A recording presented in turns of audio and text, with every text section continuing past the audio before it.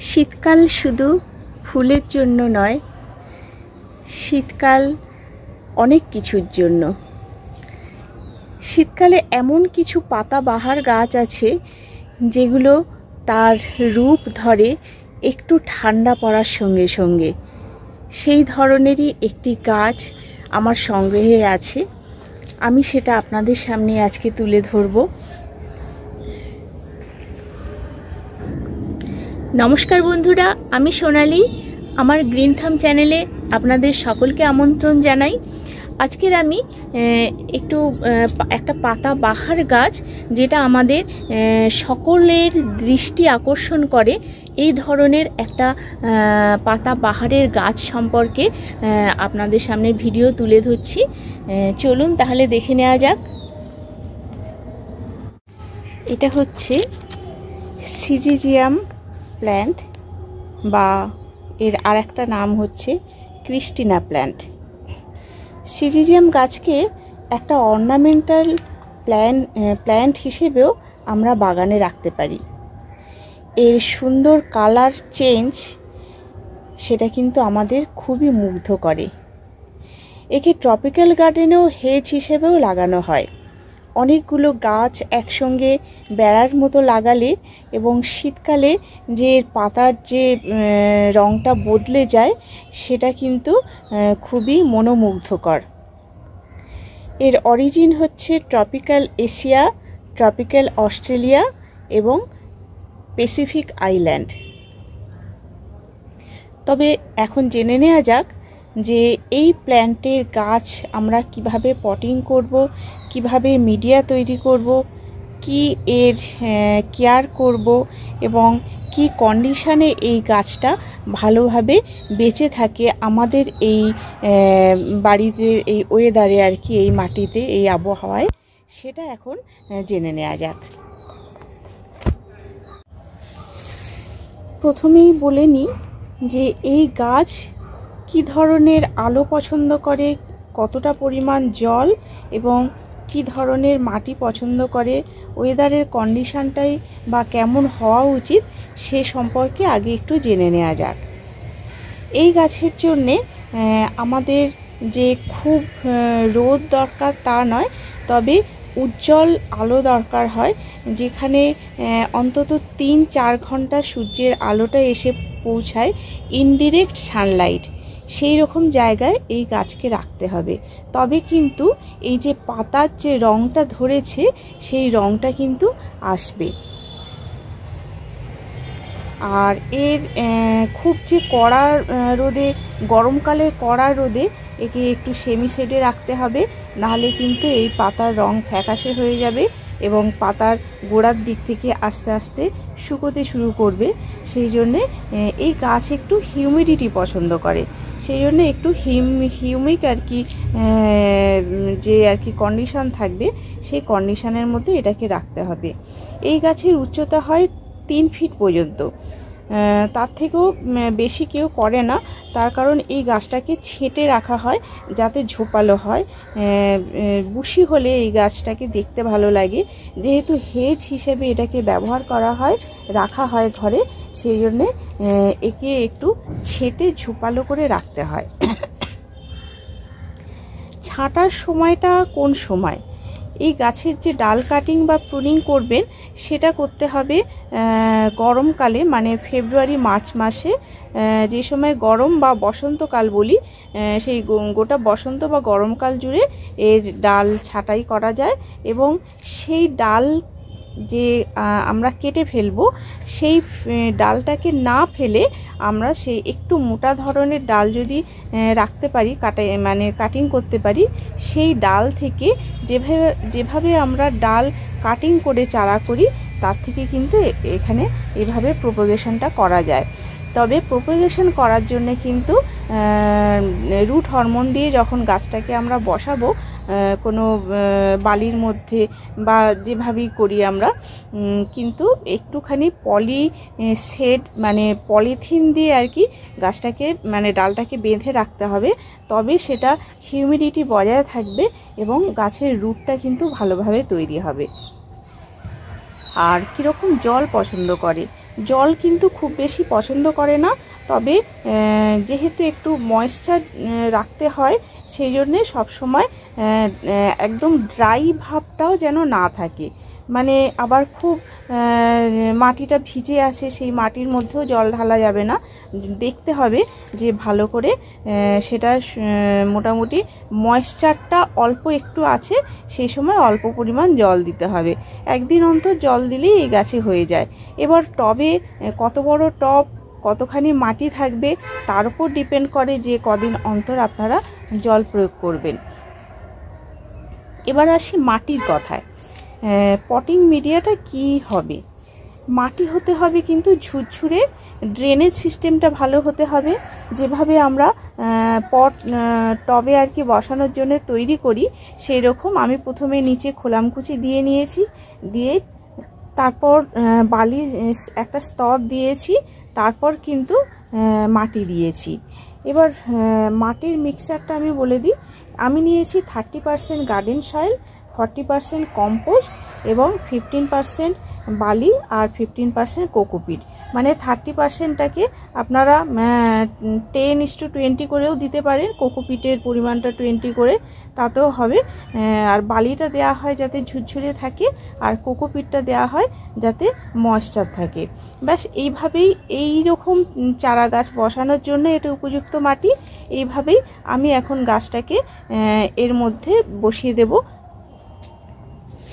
দেখুন গাছটাকে grow bag থেকে বার করে নিয়েছি, একদম মানে গ্রো ব্যাগ কাটতেও হয়নি, এমনি যেমনভাবে পট থেকে বার করা হয় সেভাবে বার করে নিয়েছি, নিয়ে এর ওপর বসিয়ে দিলাম।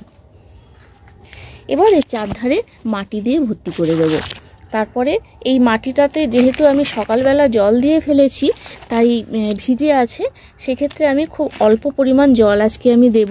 তারপরে এমনি তো বৃষ্টি ওয়েদার, কখন বৃষ্টি হয় বলা যায় না, সেই জন্য খুব বেশি পরিমাণে জল দিতে হবে না। দেখুন আমি পটে পুরো মাটি দিয়ে গাছটাকে প্রতিস্থাপন করে দিয়েছি। এটাকে যদি ঘরের মধ্যে আপনারা রাখতে চান তাহলে রুম টেম্পারেচার কিন্তু 65 to 75 ডিগ্রি ফারেনহাইট বা 16 ডিগ্রি সেন্টিগ্রেড তাপমাত্রা থাকে, এরকম জায়গায় কিন্তু একে রাখতে হবে। আর যদিও আমরা লিভিং স্পেসে, ডাইনিং স্পেসে এগুলোকে রাখতে পারি, কিন্তু তবুও সপ্তাহে অন্তত একদিন যদি রোদের মধ্যে রাখা হয়, একদিন কি দুদিন, তাহলে কিন্তু গাছটার গ্রোথ খুব ভালো হবে এবং সহজেই কালারফুল হয়ে উঠবে। এবার আসি ফার্টিলাইজারের কথায়। ফার্টিলাইজার কিন্তু খুব একটা এই গাছের জন্য দরকার হয় না, তবে খাবার তো দরকার হয়, কারণ মাটি থেকে খাবার সংগ্রহ করতে পারছে না, টবের মধ্যে যেটুকু দিলাম সেটার প্রয়োজন মেটে না, সেজন্য কিছু ফার্টিলাইজার দিতে হয়। 2 থেকে 3 সপ্তাহ অন্তর যে কোনো ব্যালেন্স এনপিকে এতে দিতে পারেন, তবে বসন্তকালে এবং গরমকালে এর খাবারটা দেওয়াই ভালো।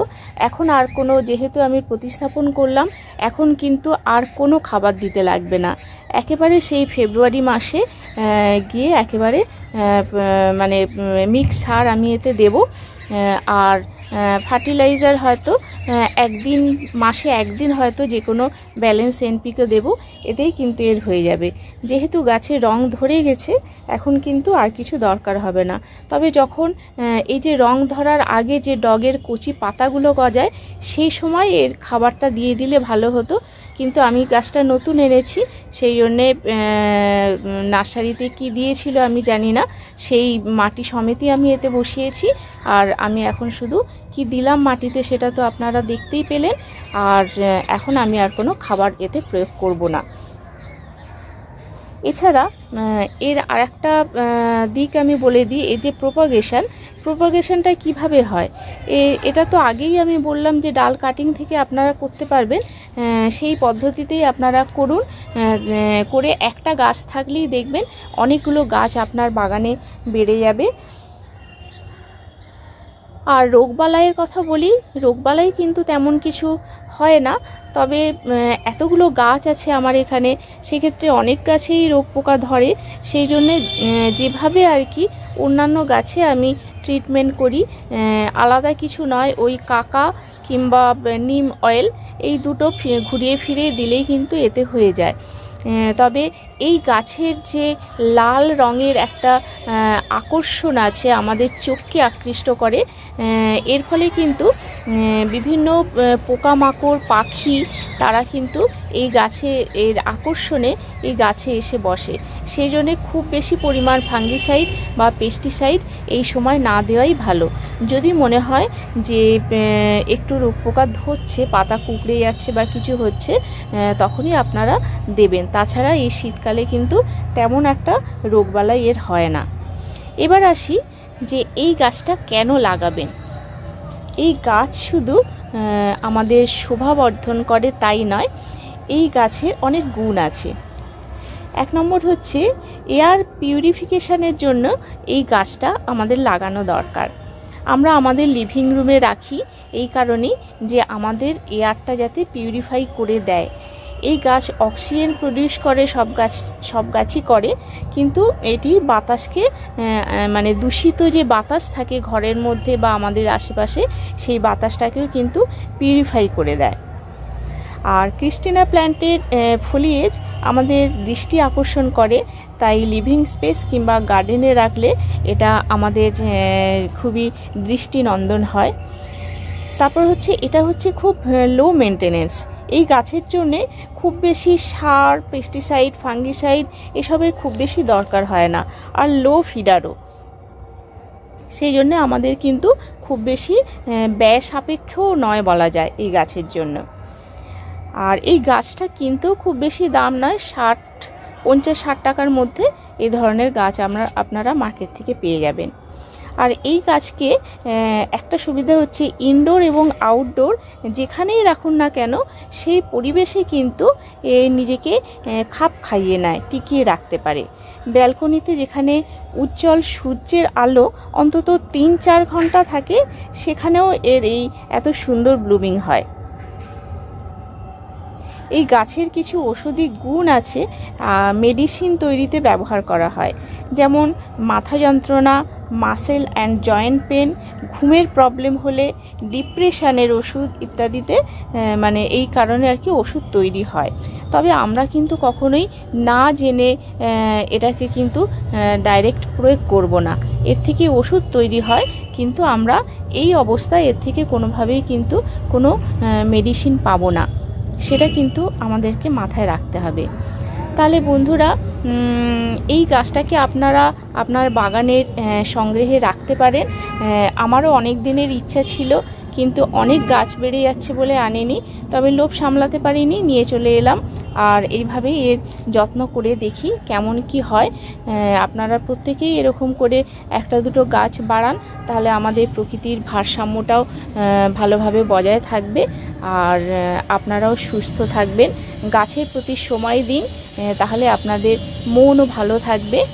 আজ এই পর্যন্তই, এটুকু বলে আজকে আমার ভিডিও শেষ করব। তবে লাস্ট একটা কথা বলার, যদি ভিডিওটা ভালো লাগে তাহলে একটুখানি কমেন্ট করবেন, একটু লাইক করবেন, তাতে কিন্তু কোনো খরচাও নেই বা কোনো কষ্টও নেই, কিন্তু আমার একটু উৎসাহ জাগবে, অনুপ্রেরণা পাবো, যাতে আমি আরও ভালো ভালো ভিডিও আপনাদের সামনে তুলে ধরতে পারি। তাহলে বন্ধুরা, যারা এতক্ষণ সঙ্গে ছিলেন তাদেরকে অসংখ্য ধন্যবাদ। পরবর্তী ভিডিওতে আপনাদের সাথে আবার দেখা হবে। আজ এই পর্যন্তই, নমস্কার।